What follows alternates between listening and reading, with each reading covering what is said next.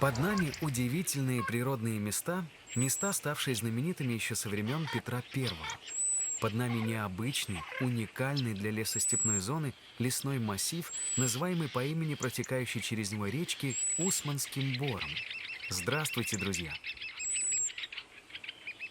С сегодняшнего дня в течение 5 недель мы будем знакомиться с интереснейшим заповедником – Воронежским. Воронежский государственный природный биосферный заповедник имени Василия Михайловича Пескова расположен в центральной части Европейской России, в Воронежской и Липецкой областях. Здесь исторически сложились такие условия, что и растительный, и животный мир оказался богаче, разнообразнее, чем в каком-либо другом уголке Воронежской земли. Более того, здесь образовался естественный музей, живая коллекция растений севера и юга, редких животных, птиц и насекомых. Это один из старейших заповедников в России, находится всего в 40 километрах к северу от индустриального, научного и историко-культурного центра Черноземья, города Воронежа. Создан он в 1923 году постановлением номер 66 Воронежского губземотдела. 19 мая 1927 года Совет народных комиссаров РСФСР утвердил положение о Воронежском государственном охотничьем бобровом заповеднике площадью 2496 десятин вдоль русла реки Усмани. Эта дата официально признается днем рождения Воронежского заповедника. За почти век существования Воронежский заповедник прославился своими научными достижениями. В заповеднике был создан первый в мире экспериментальный бобровый питомник для размножения и изучения бобра. Сотрудники заповедника также достигли успехов в отлове и расселении европейского благородного оленя и кабана. В 1985 году решением Бюро Международного координационного совета программы «Человек и биосфера» Воронежскому заповеднику был присвоен статус биосферного резервата ЮНЕСКО. Это высокое звание было дано заповеднику за многолетнее исследование воздействия человека на природу. Основные реки заповедника – Усманка и Ивлица, левые притоки реки Воронеж.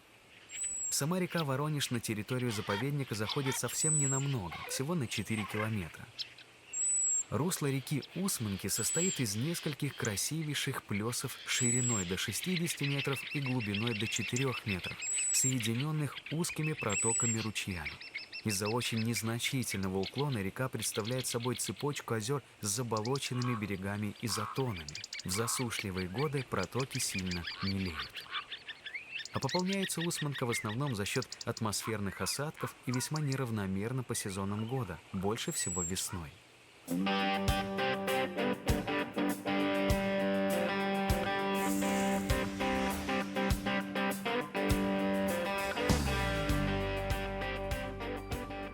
На Усманку, как и на жизнь других малых рек заповедника, решающее влияние оказывает деятельность бобров.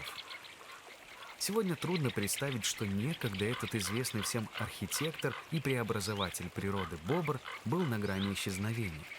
Сегодня он обычен и обитает во многих местах.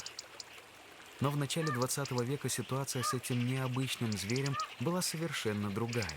И чтобы спасти вид от исчезновения, Воронежский заповедник на долгие годы стал флагманом работ по изучению бобра. С 1919 по 1922 годы на территории современного Воронежского заповедника работала экспедиция московских ученых под руководством Сергея Ивановича Огнева. Именно она обнаружила на небольшой воронежской речке Усманке несколько поселений бобра. В то время считалось, что этот ценный промысловый зверь уже полностью истреблен в России. Результаты экспедиции послужили основой для создания заповедника для охраны бобра. С тех давних времен многие исторические вехи развития заповедника связаны с этим зверем. О них мы расскажем отдельно в специальном выпуске, посвященном бобру. В настоящее время в заповеднике обитает более 300 бобров. Они населяют реки Усмань, Ивницу, пойменные озера и болота, иногда совсем небольшие ручьи.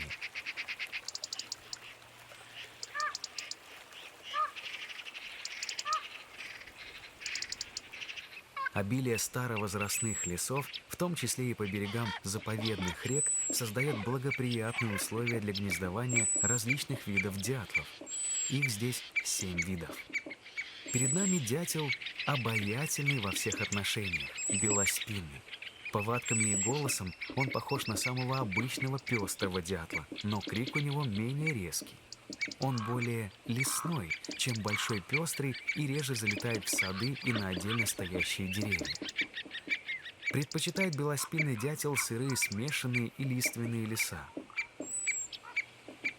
Белоспинный дятел – самый настоящий лесной доктор. 90% его рациона составляют насекомые, живущие под корой и в древесине.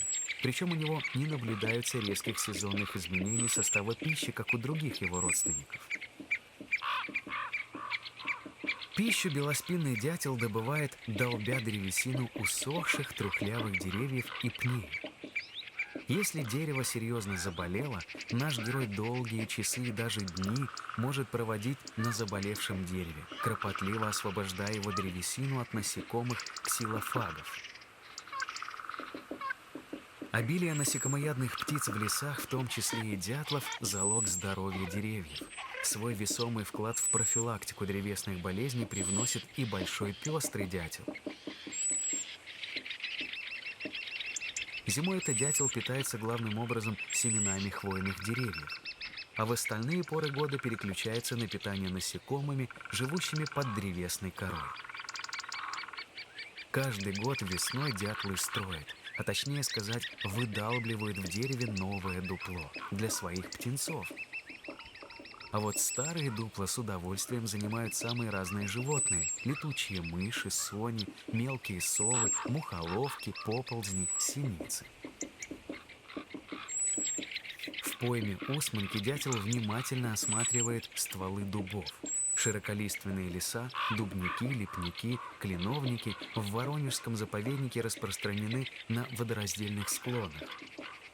Это 2-3-ярусные древостои с напочвенным покровом из теневыносливого дубравного разнотравья.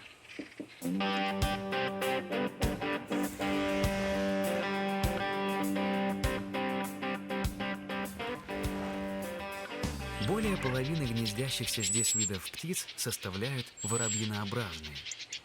Именно они формируют основной птичий облик лесов заповедника. На лесных опушках самые заметные – сорокопуты. Птенцы сорокопута жулана уже неделю как покинули гнездо. Взрослые сорокопуты – гроза насекомых. Малышам остается лишь дожидаться прилета родителей с добычей, подбадривая последних требовательными покрикиваниями. Рядом с жуланами обитают их серьезные родственники – серые сорокопуты. Размерами серый сорокопут больше жулана. И добычей его может стать даже зазевавшаяся полевка. В настоящий момент серый сорокопут занят более мелкой добычей – зеленым кузнечиком, который предназначен также для подрастающих и вечно голодных птенцов. Современный растительный покров заповедника представляет собой сочетание лесов – сосновых, около трети общей площади, широколиственных, преимущественно дубовых, осиновых, березовых и черноольховых. Около 3% общей площади заповедника – это сухие, умеренно увлажненные и сырые луга. 2,5% территории занимают болота. Заповедный участок реки Усманки имеет протяженность около 20 километров. Пойма его занята лесными сообществами. Этот участок реки выполняет важную функцию биологической очистки загрязненных вод. Окружают заповедник территории, давно освоенные человеком. Мир самой заповедной реки Усманки – уютный дом для самых разнообразных птиц. Много здесь уток, самыми заметными из которых являются кряклы. В выборе кормов кряква очень пластична, легко приспосабливается к местным условиям. кормятся на мелководьях при помощи фильтрации, отцеживая через роговые пластины клюва мелких водных животных и растительную пищу. Часто кряква встает в воде вертикально, хвостом вверх, пытаясь дотянуться до растений, растущих на дне водоема. Летом воды лесных рек и небольших озер оживляют цветки кувшинок, кубышки и водокраса.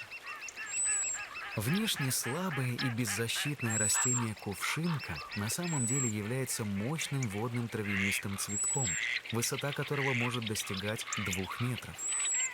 Но самым красивым в кувшинке является его цветок, имеющий хоть и слабый, но незабываемый аромат. К нежному растению всегда относились с почтением, ведь по преданиям именно на его белоснежных лепестках обитали магические хранители – эльфы, феи и нимфы. Считалось, что тот человек, который, не имея при себе оберега, ступит близко к водной поверхности и посмеет сорвать беззащитный цветок, обречен на печальную гибель. Лекари готовили специальную настойку и применяли ее от многих болезней, чаще всего от опухолей в части живота, для скорейшего заживления старых необработанных ран. Легкие отвары из белой кувшинки употреблялись в качестве болеутоляющего при головных или зубных болях. Еще один интересный факт, что профессиональные музыканты и певцы специально у лекарей заказывали отвар молодых семян кувшинки. Считалось, что данный напиток позволяет в скорейшие сроки решить проблемы с голосовыми связками, укрепить ослабший голос. Супружеская пара у кряквы обычно формируется на зимовке или осенью. Весной им остается лишь выбрать место для гнезда и приступить к насиживанию яиц. Насиживание длится в среднем 28 суток. Птенцы растут очень быстро. На 10-м дне своей жизни они весят уже около 100 граммов. Через 2 месяца они почти достигают размера взрослой птицы. Примерно 2,5 месяца птенцы остаются с самкой, а потом переходят к самостоятельной жизни. Почти 100 лет назад Воронежский заповедник начинался как государственный бобровый, место, где охраняют бобра. Сегодня это территория, включенная в международную сеть биосферных резерватов, осуществляющих мониторинг за состоянием окружающей среды нашей планеты. Заповедные леса, реки, луга и болота, уникальные для лесостепной зоны, сохраняют мир животных и растений, черноземье, центральной части Европейской России для нас и наших потомков. Сотрудники Воронежского заповедника старательно и профессионально раскрывают заповедные тайны его посетителям. Но об этом мы расскажем уже в другой раз. На сегодня у нас все. До свидания, друзья, и до встречи через неделю.